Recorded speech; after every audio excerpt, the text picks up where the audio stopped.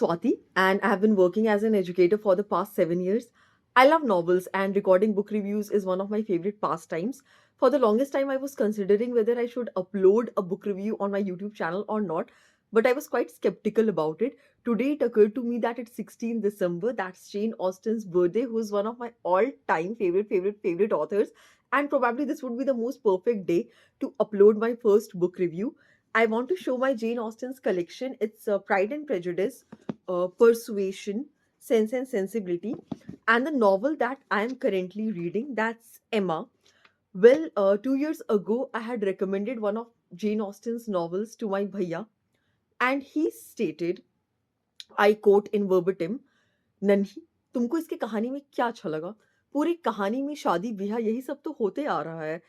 Well, matrimony is the fulcrum of most of the plots of Jane Austen's novel, but that is not the only thing about her novel.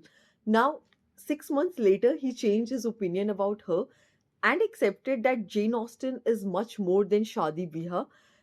In fact, she is somebody who portrayed the female society of the 19th century in the most vivid and honest way as possible.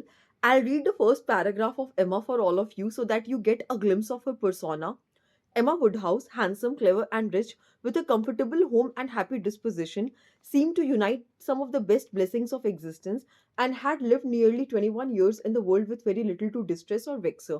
In short, she was a clever, good looking, and rich girl who didn't have many things in her life to worry about. Her elder sister was already married and she lived with her father, who was a widower.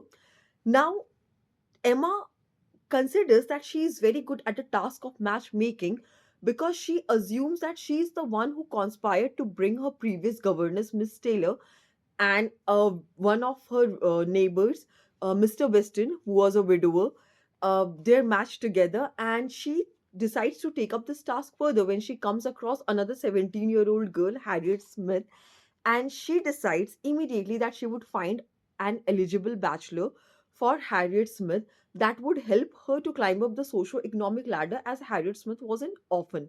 Now, when she realizes the fact that Harriet Smith was already quite attached to a farmer, Robert Martin, it really sets off an alarm for Emma because she considers that a match with a farmer like Robert Martin would be really condescending for someone like Harriet because it would further deteriorate her position in the society.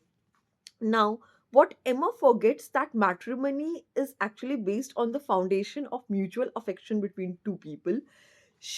Emma is very good looking and she's aware about it. She's not arrogant about it. What she's arrogant about is her intelligence because she thinks that she understands human nature too well.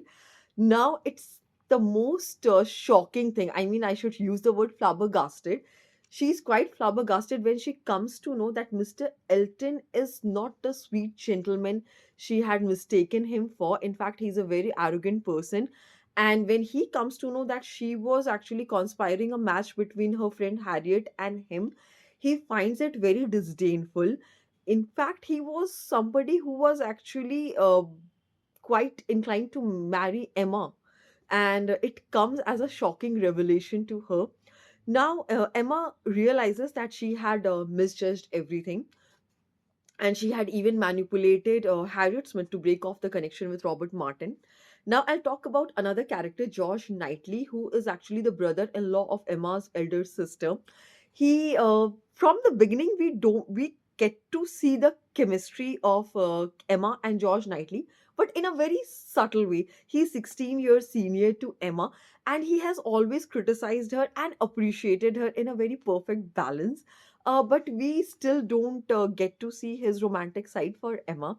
Another character that I loved in the novel is Jane Fairfax. Now, Jane Fairfax and Emma, they are of the same age, 21-year-old, and Jane Fairfax is superior to Emma in many ways, whether it comes to playing the musical instrument or whether it's her elegance. But the only difference is that Emma is a bit gossipy in nature, while Jane Fairfax is extremely reserved. And for this reason, Emma never takes a liking to Jane Fairfax because she just cannot fathom the fact that why Jane Fairfax is so reserved. Now, many critics have said this about Jane Austen, that she actually perpetuates class bound matrimony, which I don't particularly agree with, because whenever I have read her novels, I have found that her novels are a very perfect balance of destiny, prudence, pragmatic decisions when it came to marriage. Now, Emma, like her misjudgment about Mr. Elton does not prevent her from romanticizing things further, because when another eligible bachelor comes to the countryside, Frank Churchill, Emma imagines that he is completely enchanted with her, which is not the case, because by the end of the novel we get to know that it is Jane Fairfax and Frank Churchill who are actually engaged. And but by the end of the novel, Emma realizes uh, the series of misjudgment that she has made, and she was quite vain about it. She thought that she understood people too well. And Josh Knightley had observed, like he is observing everything about her, and from time to time he kind of tries to counsel her or correct her, but she is sometimes too vain or sometimes too proud of her assumption to care about his suggestions. See, by the end of the story, many people will not like Emma. In fact, Jane Austen herself stated that I am writing about a heroine who many people would not like except her own self. I like Emma. Okay, it's mainly because of the genius of Jane Austen, the way she has written about it. She's the protagonist of the novel. And the thing is that human beings are basically flawed I mean, it's the very foundation of human beings that we are flawed by nature. I think by the end of the story, you would feel for Emma what George Knightley had stated about her, that this sweetest and the best of all creatures, faultless in spite of all her flaws, because you see, at the end of the day, she really had good intentions for everyone, although it led to a lot of misjudgment and poor execution. I am so glad that I live in a world where Jane Austen was born in some time and some dimension. There are many reasons to read Jane Austen's novel. If you like the genre of the novel of Sensibility, because of her vivid portrayal of the countryside and the sensibility and the sensitivity of women, particularly. She wrote very honestly about the world about which she knew very well, and her elegant vocabulary and sentence construction. I mean, can you imagine last year the word which was so popular on TikTok, like the word demure? I hope I'm pronouncing it correctly. Demure. I mean, you will find thousands of such words in this novel. And I mean, her writing style, every time I read it, I'm just blown away. It's just so impressive.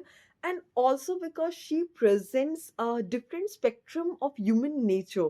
I mean, I start identifying, like, okay, I know this kind of a person in my life.